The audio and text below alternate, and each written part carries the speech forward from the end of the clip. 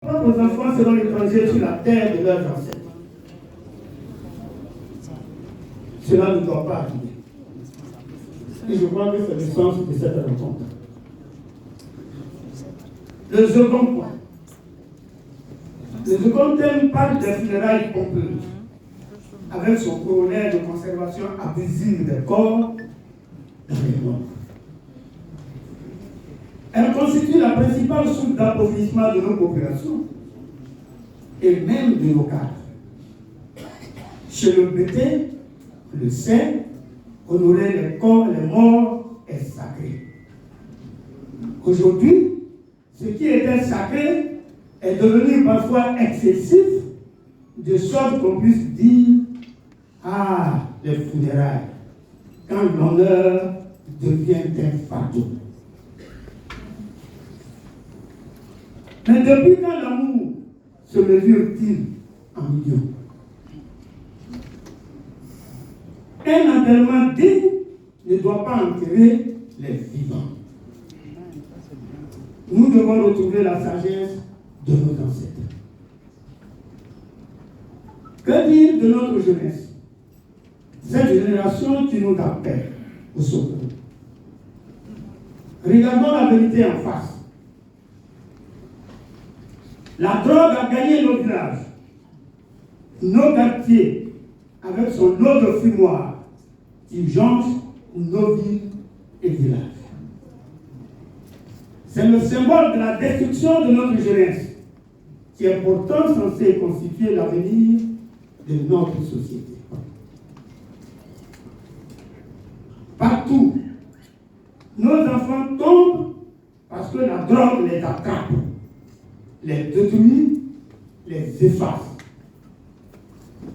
Elle vole leur avenir, détruit leurs rêves et brise les familles.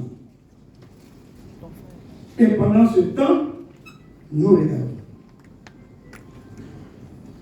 Nous devons redonner de l'espoir à nos jeunes, car un jeune sans espoir est une proie facile.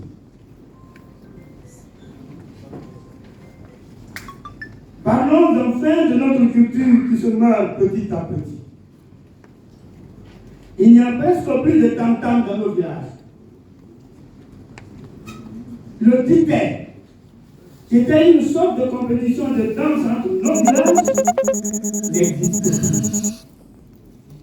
Conséquence, les danses comme le bébé, le démeublé, le zagrobi, le guetté et bien d'autres encore sont en voie de disparition.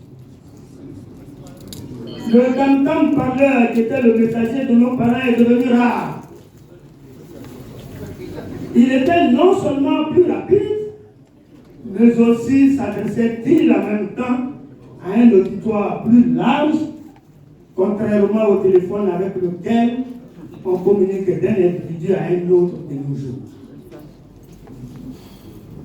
Tout ceci pour montrer que ces assises-ci sont extrêmement importantes pour bâtir un Ganois véritablement nouveau.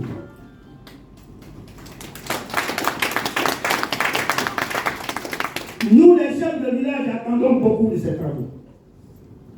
Parce qu'aussitôt après, nous organiserons un séminaire pour transformer les résolutions qui sortiront d'ici en une charte qui s'imposera à l'ensemble des 163 villages au compte de notre développement.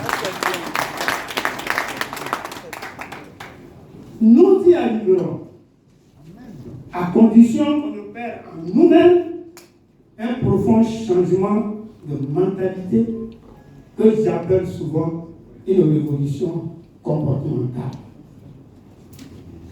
En la matière, je voudrais insister sur deux mots qui minent notre société, le pays pété. Le premier, c'est la place du chef dans notre société. Est-ce que dans la société pétée, on accorde au chef de village la place qui est véritablement la sienne?